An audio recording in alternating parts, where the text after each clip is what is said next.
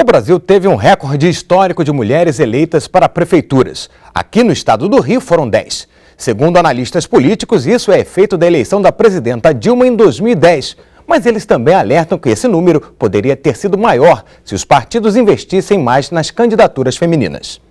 Elas estão conquistando cada vez mais o espaço político.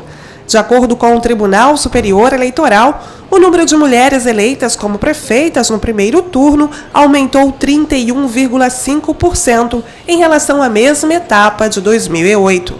663 prefeituras serão comandadas por mulheres. Nessas eleições, as mulheres representam 12% do total de prefeitos eleitos. Só aqui no Rio são 10 mulheres, 3 a mais que em 2008.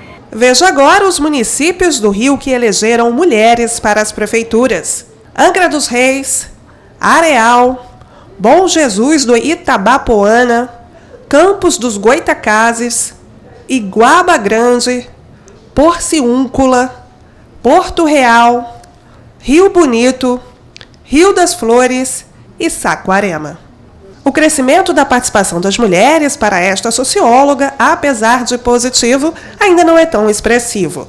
Explica que a Lei 12.034 de 2009, que assegura a cota mínima de 30% para as mulheres, garante o exercício do potencial feminino e que o mais importante é o comprometimento político. Um estado com muitos municípios e 10 prefeitas é pouco se você pensar que a população de mulheres é mais de 50%. Então, ainda é acanhado. O que tem se percebido é que os partidos fazem arranjos. Então, montam candidaturas que não são mulheres com trajetória política, com carreira e com um compromisso dentro com uma pauta, com uma agenda política. E nas ruas, as mulheres defendem o jeito feminino de governar. São mais honestas, mais dignas, mais bom caráter. Quanto mais mulher tiver, melhor o país vai produzir. As mulheres estão aí com força, muita força, e é isso aí, né? E o prefeito Eduardo Paes vai governar com ampla maioria no segundo mandato. A bancada governista terá 39 vereadores contra apenas 12 da oposição. A eleição para a Câmara de Vereadores apresentou algumas surpresas, deixando de fora figuras conhecidas da sociedade. No caso de Patrícia Morim, presidente do Flamengo, que não conseguiu a reeleição, e dos ex-jogadores Andrade e Gonçalves, que não passaram no teste das urnas. Outras não receberam o número de votos que esperavam. Caso do ex-prefeito César Maia, eleito com pouco mais de 44 mil votos, quando estava esperando 100 mil. Eu converso agora com o cientista político Ricardo Ismael, da PUC. Muito boa tarde, obrigado pela sua participação. Boa tarde, Marcelo. O que o eleitor deu de resposta para essa situação? Pessoas conhecidas não se deram bem na urna.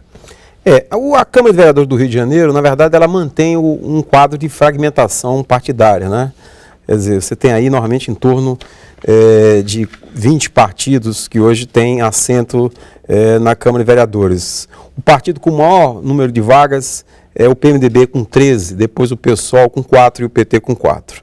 E aí, a partir daí, uma fragmentação grande. Quer dizer, em primeiro lugar, a eleição para vereador, ela termina se descolando um pouco da eleição para o prefeito, né? Porque, de fato, você aí tem, normalmente, uma pulverização muito grande em torno de nomes que certamente vão aparecendo aí os mais variados. Quer dizer, aqui no Rio de Janeiro, você teve 1.700 candidatos a vereador, só no município do Rio de Janeiro. E aqueles candidatos que eram conhecidos como defenderem a bandeira da segurança, no caso, Fernando Moraes, né? Marcelo Itagiba, Marina Magés, também não conseguiram uma votação expressiva para entrarem na Câmara Municipal.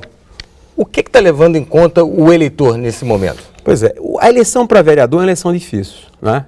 Você mesmo citou aí, quer dizer, na chamada, a questão do César Maia. César Maia teve uma boa votação para vereador, 44 mil votos, uma bela votação. É tanto que a vereadora mais votada, a vereadora Rosa Fernandes, teve 65 mil votos, quer dizer, inclusive foi a única vereadora que foi eleita com os próprios votos. Porque o quociente eleitoral para definição de uma vaga na Câmara foi 61 mil votos. De sorte que somente ela teve votos suficientes para conseguir sua vaga. O restante precisou dos outros votos, dos outros candidatos da lista partidária ou da coligação para perfazer o total de 60 mil votos. Ou seja, a eleição para vereador é uma eleição que pulveriza muito, porque são muitos candidatos puxando o voto ou para o partido ou para a coligação. A priori, há uma vantagem de pessoas conhecidas, famosas, ídolos de futebol, pessoas que têm alguma ligação, como você sugeriu, com a questão da segurança, mas, na verdade, existe um processo muito competitivo dentro de cada partido, dentro de cada coligação, e uma pulverização. Quer dizer, o eleitor, muitas vezes, deixa para a última hora para votar, a escolher o seu candidato a vereador. Às vezes é porque pega a sugestão de um amigo, pega um panfleto de última hora. Mas o que mostrou o resultado nas urnas foi um crescimento da bancada apoiada por igrejas evangélicas, principalmente. Isso a gente tem que observar. Para falar a verdade, eu não observei, quer dizer, não deu tempo ainda para fazer essa análise. Mas certamente você tem aí uma folga grande para o Eduardo Paes, quer dizer, ele não vai ter problemas em ter uma maioria estável na Câmara. A rigor, eu diria que somente o PSOL com 4 vereadores, o DEM com 3 e mais aqui o PSDB com 2, porque talvez o PV, ele já anuncie que faça parte da bancada, é que vão ser a oposição de fato ao atual prefeito e futuro. A gente continua essa conversa daqui a pouquinho. Pois não, Marcelo.